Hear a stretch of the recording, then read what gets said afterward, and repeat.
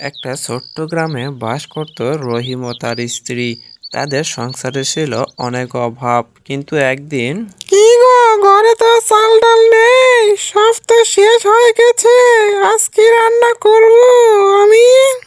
তুমি চিন্তা করো না, আমি বাইরে কাজ খুঁজতে যাচ্ছি, কিছু না কিছু নিয়েই ফিরবো ইনশাআল্লাহ। তুমি টেনশন করো না, আমি যাচ্ছি কাজ খুঁজতে।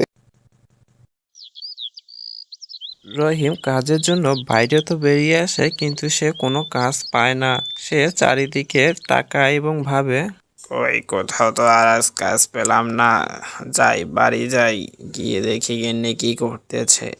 এইগুলো কি, তো সামনে তো দেখছি টাকার ব্যাগ মনে হয়। হ্যাঁ, এগুলো তো টাকা। কারো মনে হয় পড়ে গিয়েছে, দেখি সামনে গিয়ে যদি কাউকে পাই।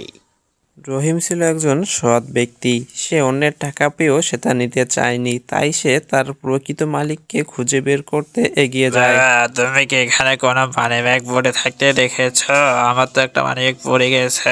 হ্যাঁ হ্যাঁ, এটাই তো আমার মানি ব্যাগ। ও আচ্ছা, এটা তাহলে আপনার। আমি তো সামনে রাস্তায় কুড়ে পেলাম, এই নেন আপনাকে দেওয়ার জন্য। জন্যই তো আমি আপনাকে খুঁজতেছি, নেন। বাবা, তুমি তো চাইলে টাকাটা তোমার নিজের কাছে রেখে দিয়ে তোমার সংসারের অভাব দূর করতে পারতে। তুমি যে আমাকে দিলে, এর কারণ কি জানতে পারি? হ্যাঁ চাচা, চাইলে তো আমি টাকাটা রেখে দিতে পারতাম, কিন্তু অন্যের জিনিসেতে সুখ পাওয়া যায় না।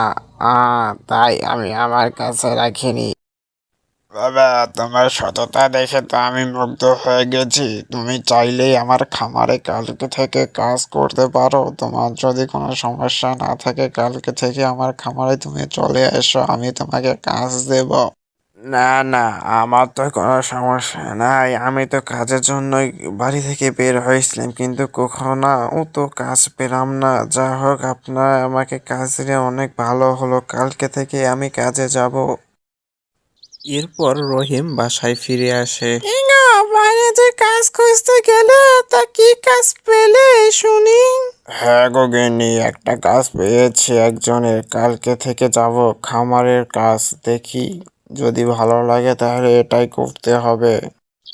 এরপর থেকে তাদের সংসারে আর কোনো অভাব হয় নাই। রহিম প্রতিদিন খামারে যায় এবং সেখানে গিয়ে কাজ করে এবং যা পায় তা দিয়ে তাদের সংসার ভালোই চলে। তো বন্ধুরা, আমরা যদি এরকম রাস্তায় অন্যের জিনিস পড়ে থাকতে দেখি, তার প্রতি আমরা লোভ না করে তার প্রকৃত মালিককে খুঁজে বের করে তাকে ফেরত দেওয়ার চেষ্টা করব। কেননা অন্যের জিনিসে সুখ নেই।